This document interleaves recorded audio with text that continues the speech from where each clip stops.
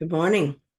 I'm Rev Myron. I'm a minister through Pathways of Light, and I've been a Course in Miracles student for over 40 years. I'm going through the text again this year, asking Jesus for clarity, and then I write from that clarity, and that's what I'm sharing with you today. So let's get started. We're reading from A Course in Miracles, Chapter 9, Section 4, The Holy Spirit's Plan of Forgiveness. And we're going to be reading the first two paragraphs. So paragraph 1 says, atonement is for all because it is a way to undo the belief that anything is for you alone. To forgive is to overlook. Look then beyond error and do not let your perception rest upon it, for you will believe what your perception holds. Accept as true only what your brother is if you would know yourself. Perceive what he is not, and you cannot know what you are because you see him falsely. Remember always that your identity is shared and that its sharing is its reality.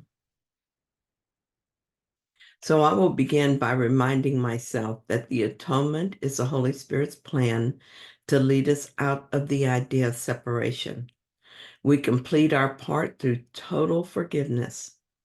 Since the atonement is meant to undo the belief in separation, it naturally is for all. It undoes the belief that anything could be for me alone.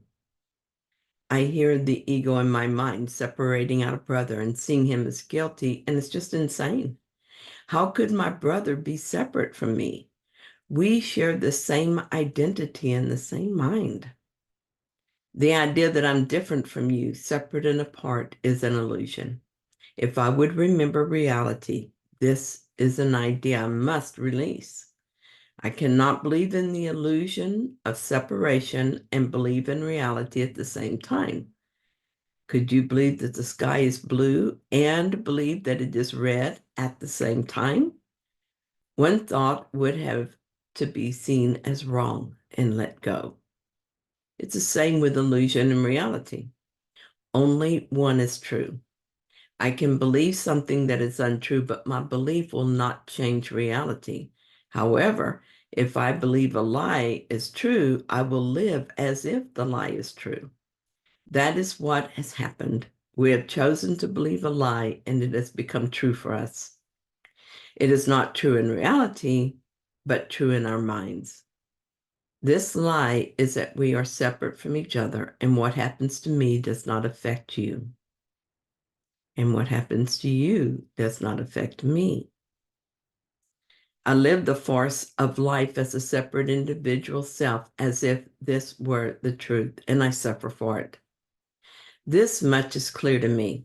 I have become convinced that I have chosen something that is an illusion, but I have not let go of the illusion.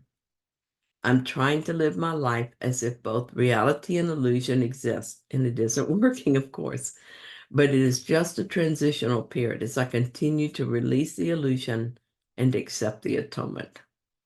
Sometimes I feel like I stand at the veil with one hand on it, wishing I could pull it aside and wondering why I don't. For a long time, releasing the belief in the illusion of separation felt like a lost cause.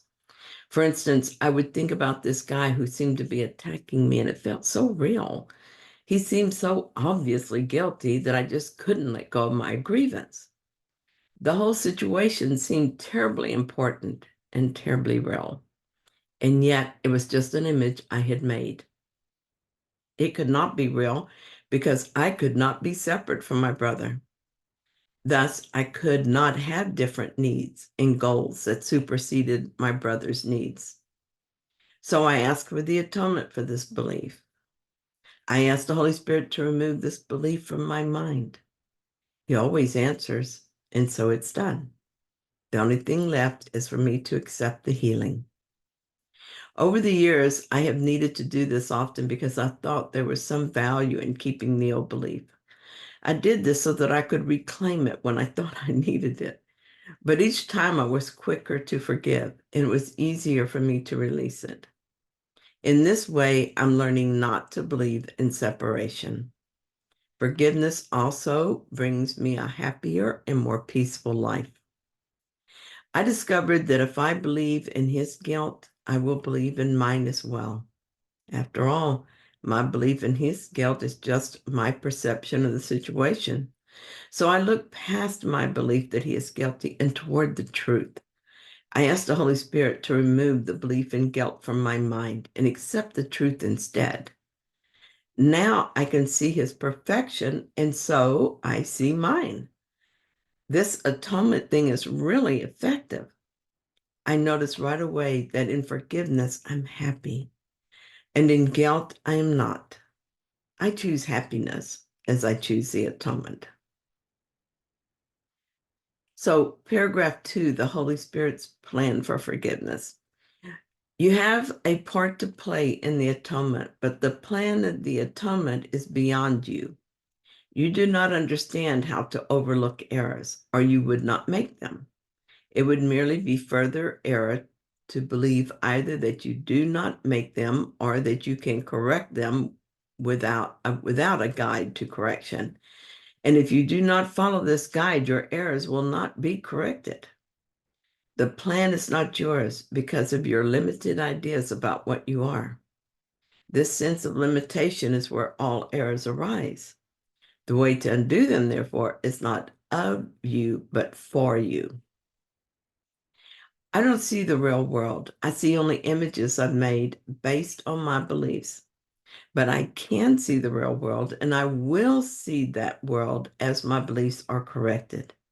This is the purpose of the atonement, to guide me out of my errors and their effects.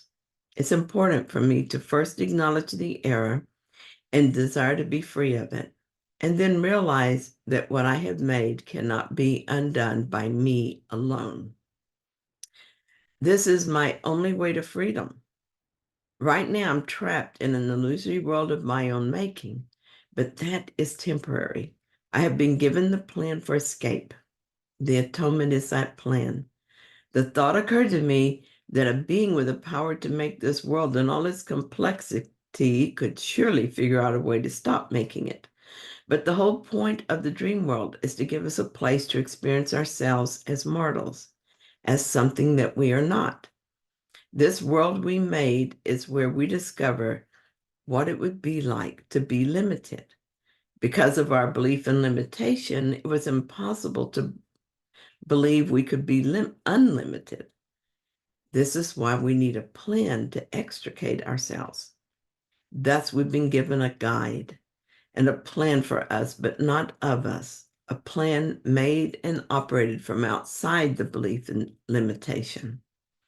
This plan will allow us to undo what we have done. It is so simple as to be overlooked. It really has only 3 simple components. We notice that what we are thinking is imprisoning us in this illusion. We decide that we're ready for the dream to end, and we ask our guide to undo what we've done. That's all. It's simple and easy. It seems hard because our desire to awaken is not unopposed. There's still a part of the mind that values the story and is afraid to let it go. There's also a part of the mind that's afraid of change. What would it mean? How would it look? Are we in trouble for trying to change reality? As we begin this process of awakening, the sleeping mind is reluctant to let go of its false sense of power, to accept true power. In this upside down world, releasing our confused thoughts can feel like giving up, like losing. So we hesitate and try again to do it ourselves. It feels hopeless as, once again, we fail. Our guide takes all of this into account, our reticence, our doubts, and our uncertainties. He works with each of us individually, gently guiding us toward freedom, moving only as fast as we're willing to go, never coercing or forcing. Not that anything could force the Son of God, but even the appearance or sense of being forced is avoided. It is, however, inevitable that we achieve our freedom. and releasing our beliefs that we are separate and our beliefs that we are limited, our memory is going to return and reality will dawn on our minds.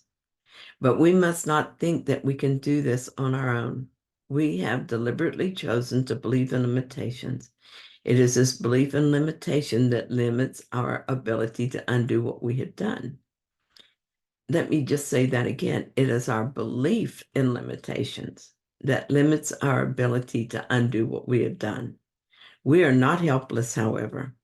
The atonement plan is in place, which uses the power of our desire to awaken us. In small, simple steps, our guide reminds us of our power.